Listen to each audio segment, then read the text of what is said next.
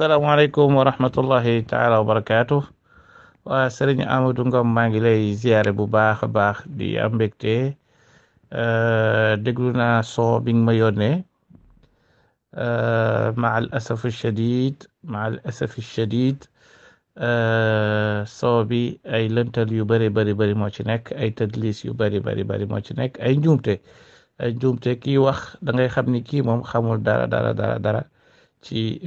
ilmul kalaam xamul dara ci lu ñuy tuddee al aqida xamul ci lu bari dafa bëgg a justifier baatu salafiya pour wane ne ñi ci aju ñëpp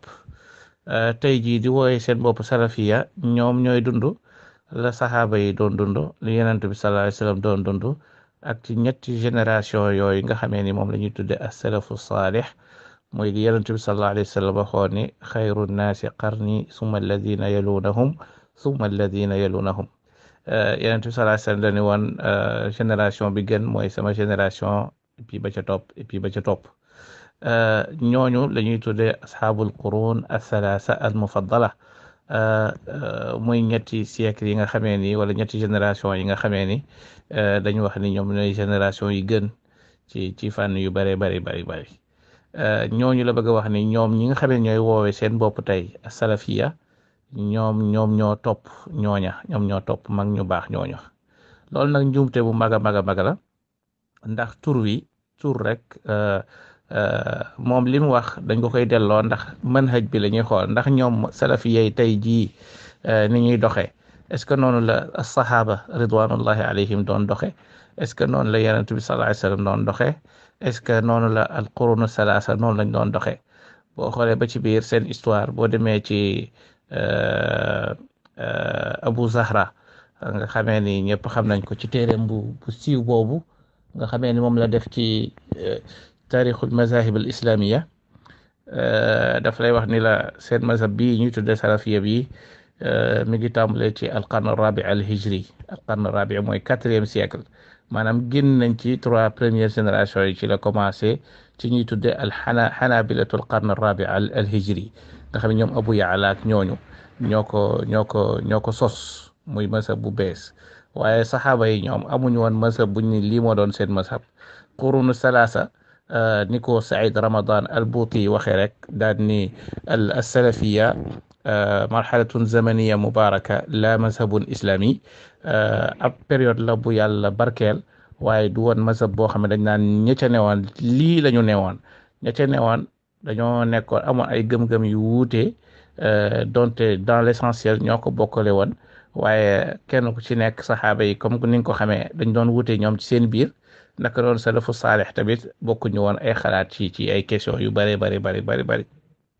kon loolu du am ngir kon asalaf 3 générations kenn mënu ko woowee am ngir kooku marxala zamaniya la maanaam c'est une période historique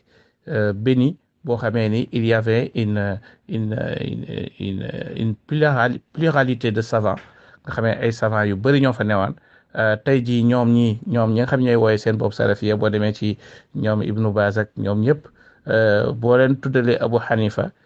ci wàllu aqida dañ koy tuddee mooy min murjiatil fuqaha la ñuy wax murjia ñeneen ñu ne moom murjia la maanaam aqidaam du aqidatu salaf ñoom loolu la ñu wax koo xamee ni moom ci siècle bi nga xam ne moo jiitu sax ñeneen mazahib yi moo jiitu Malik jiitu Shafii jiitu Ahmed ibn Hanbal ba pare ñu ni moom aqidaam du aqidab salafiya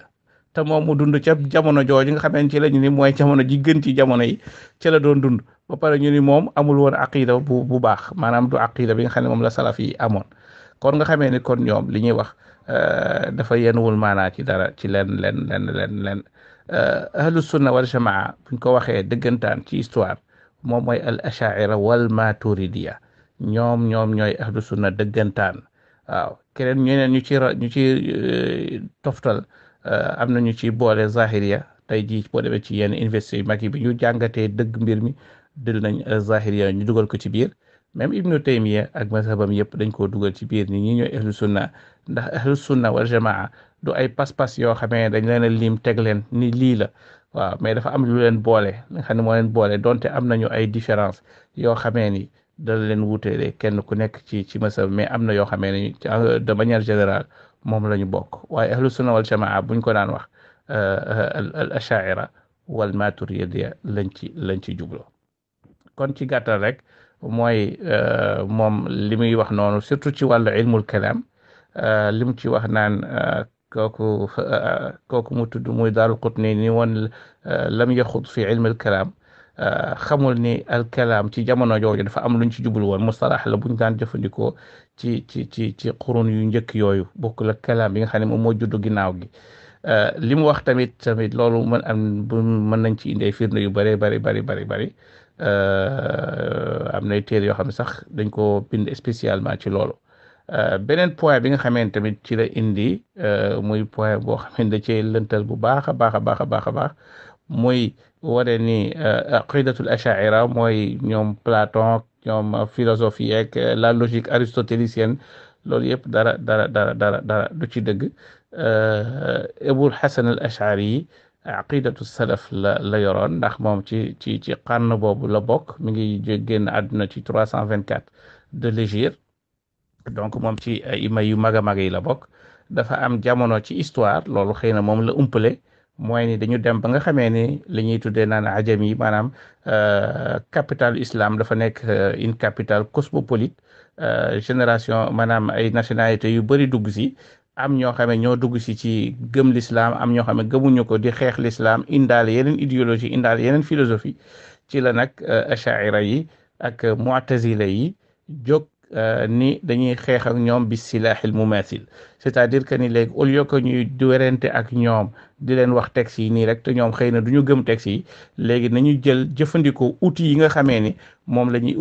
moom la ñuy jëfandikoo ñu attaqué leen ci xeex leen ci pour wan leen leen l'islam mooy dëgg donc ilmul kalaam marxala la boo xamee ni li ko waral mooy dafa am lu sosu ci l'islam ñu waroon ko xeex te buñ koy xeex dañ koy jaar mi ngi mel ne tey jii rek nga bëgg a xeex franc-maçon yi wala nga bëgg a xeex philosophie occidentale bi loolu def nga dem jàngi philosophie ba xam outils yi ñoo nga xam ne bu ñu nee tey jii par exemple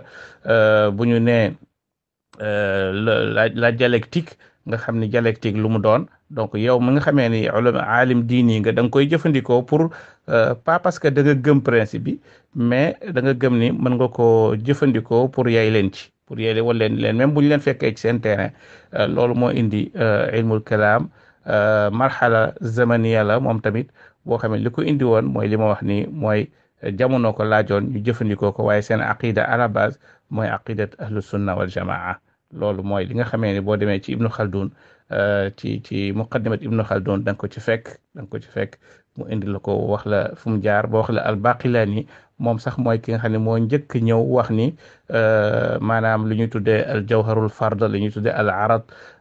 yooyu nga xamee ni dañ ko mujj di ko jëfandikoo te mu bokk ci logique aristotélicienne moom moo njëkk a wax ni loolu dafa dem ba nekk lu farata loo xamee ni dañ ko war a jàng kuy def ilm da nga ko war a jàng waaye ci moom la tàmbalee moom imaamul Baqilani waaye jiitu woon ci imaamul Ashari ñoom dañ ko daan jëfandikoo rek pour attaquer noon yi